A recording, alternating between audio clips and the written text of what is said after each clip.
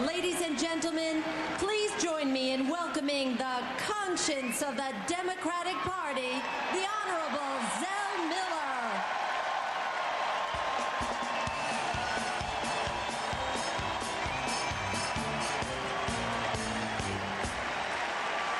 Thank you very much. Thank you.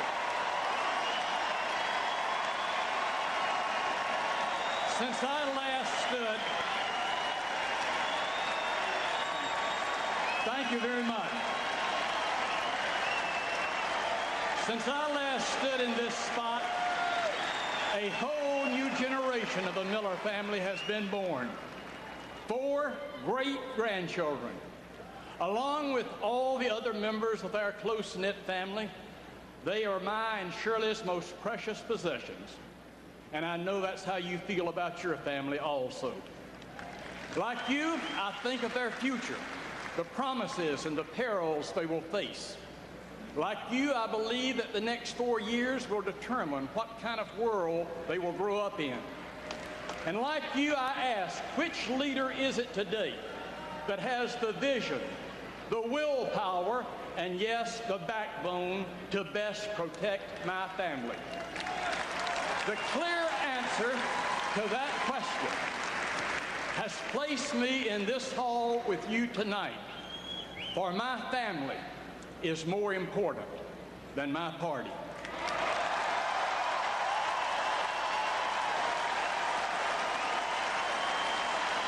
There is but one man to whom I am willing to entrust their future, and that man's name is George W. Bush.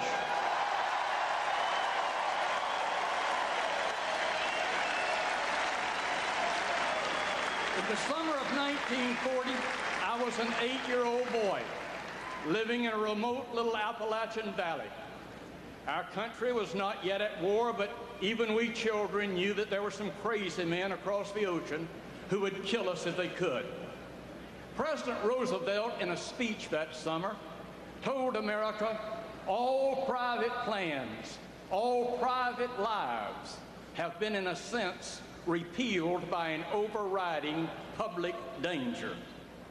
In 1940, Wendell Willkie was the Republican nominee, and there is no better example of someone repealing their private plans than this good man. He gave Roosevelt the critical support he needed for a peacetime draft, an unpopular idea at the time. And he made it clear that he would rather lose the election than make national security a partisan campaign issue.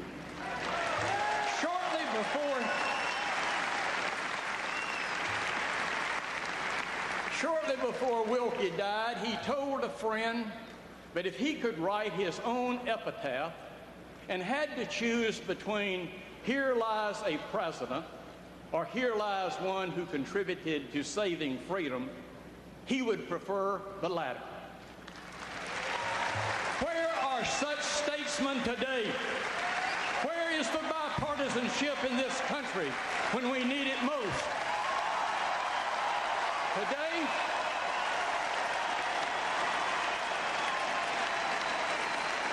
Today, at the same time, young Americans are dying in the sands of Iraq and the mountains of Afghanistan. Our nation is being torn apart and made weaker because of a Democrat's manic obsession to bring down our commander-in-chief. What has happened to the party I've spent my life working in? I can remember when Democrats believed it was the duty of America to fight for freedom over tyranny. It was Democratic President Harry Truman who pushed the Red Army out of Iran, who came to the aid of Greece when communists threatened to overthrow it, who stared down the Soviet blockade of West Berlin by flying in supplies and saving the city. Time after time in our history, in the face of great danger, Democrats and Republicans worked together to ensure that freedom would not falter. But not today. Motivated more by partisan politics than by national security, today's Democratic leaders see America as an occupier, not a liberator. And nothing makes this Marine matter than someone calling American troops occupiers rather than liberators.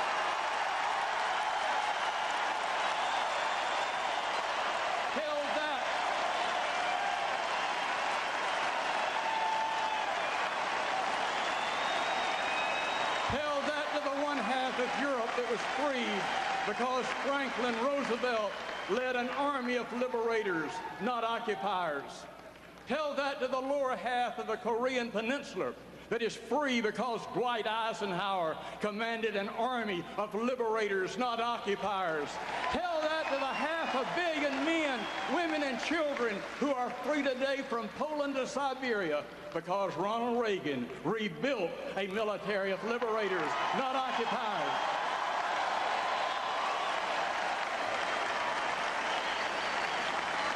Never in the history of the world has any soldier sacrificed more for the freedom and liberty of total strangers than the American soldier. And our soldiers don't just abroad, they preserve it for us here at home. For it has been said so truthfully that it is the soldier, not the reporter, who has given us the freedom of the press. It is the soldier, not the poet, who has given us freedom of speech. It is the soldier, not the agitator, who has given us the freedom to protest. It is the soldier who salutes the flag, serves beneath the flag, whose coffin is draped by the flag, who gives that protester the freedom he abuses to burn that flag.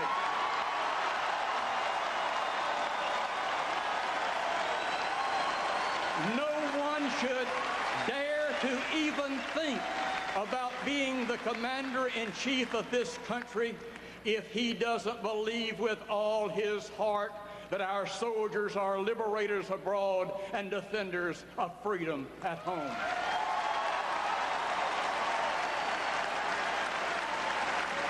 But don't waste your breath telling that to the leaders of my party today.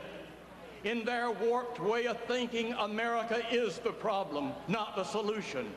They don't believe there's any real danger in the world except that which America brings upon itself through our clumsy and misguided foreign policy. It is not their patriotism, it is their judgment that has been so sorely lacking. They claimed Carter's pacifism would lead to peace. They were wrong. They claimed Reagan's defense buildup would lead to war. They were wrong. And no pair has been more wrong, more loudly, more often than the two senators from Massachusetts, Ted Kennedy and John Kerry.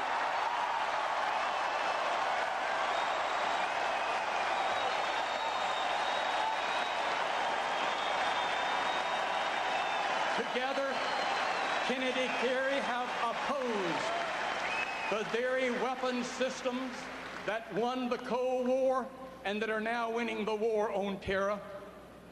Listing all the weapon systems that Senator Kerry tried his best to shut down sounds like an auctioneer selling off our national security.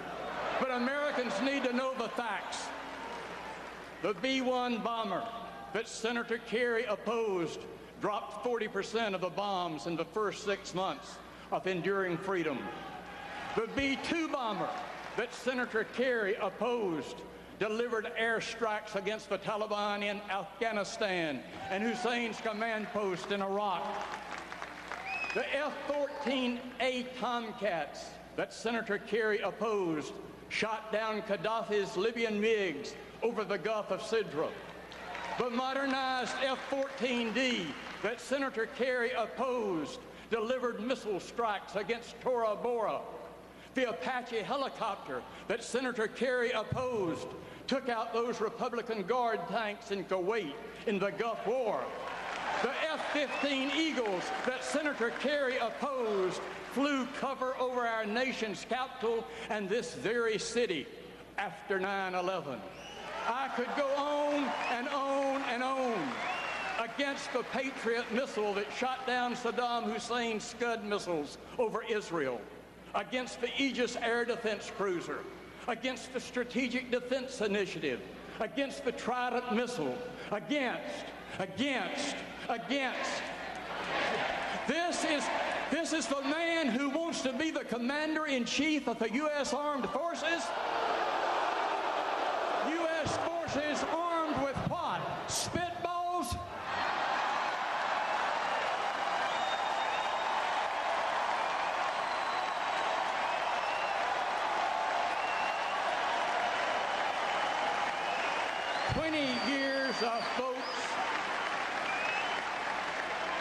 Years of votes can tell you much more about a man than 20 weeks of campaign rhetoric. Campaign talk tells people who you want them to think you are. How you vote tells people who you really are deep inside.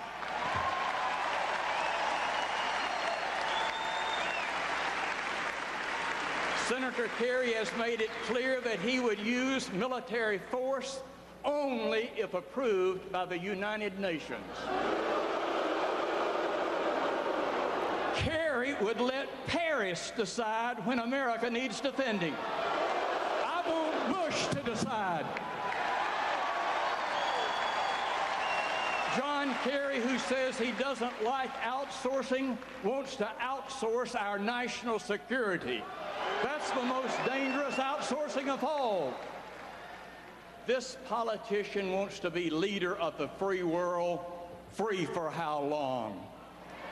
For more than 20 years, on every one of the great issues of freedom and security, John Kerry has been more wrong, more weak, and more wobbly than any other national figure. As a war protester, Kerry blamed our military. As a senator, he voted to weaken our military. And nothing shows that more sadly and more clearly than his vote this year to deny protective armor for our troops in harm's way, far away. George W. Bush understands that we need new strategies to meet new threats. John Kerry wants to refight yesterday's war. President Bush believes we have to fight today's war and be ready for tomorrow's challenges. President Bush is committed to providing the kind of forces it takes to root out terrorists, no matter what spider hole they may hide in or what rock they crawl under. George W. Bush wants to grab terrorists by the throat and not let them go to get a better grip.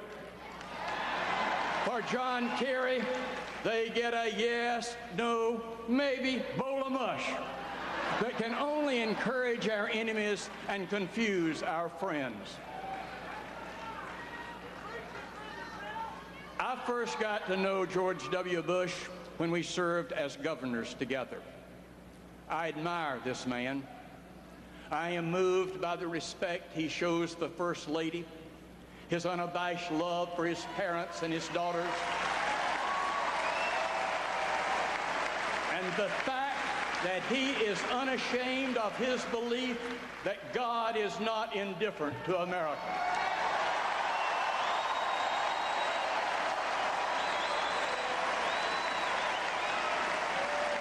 I can identify with someone who has lived that line in Amazing Grace, was blind but now I see, and I like the fact that he's the same man on Saturday night that he is on Sunday morning.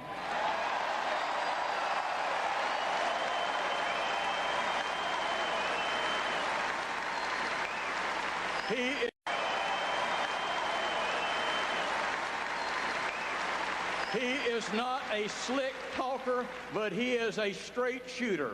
And where I come from, deeds mean a lot more than words. I have knocked on the door of this man's soul. and found someone home. A God-fearing man with a good heart and a spine of tempered steel. The man I trust to protect my most precious possession, my family. This election will change forever the course of history. And that's not any history, it's our family's history. The only question is how. The answer lies with each of us. And like many generations before us, we've got some hard choosing to do. Right now, the world just cannot afford an indecisive America. Faint-hearted self-indulgence will put at risk all we care about in this world. In this hour of danger, our president has had the courage to stand up, and this Democrat is proud to stand up with him. Thank you. God bless this country, and God bless George W. Bush.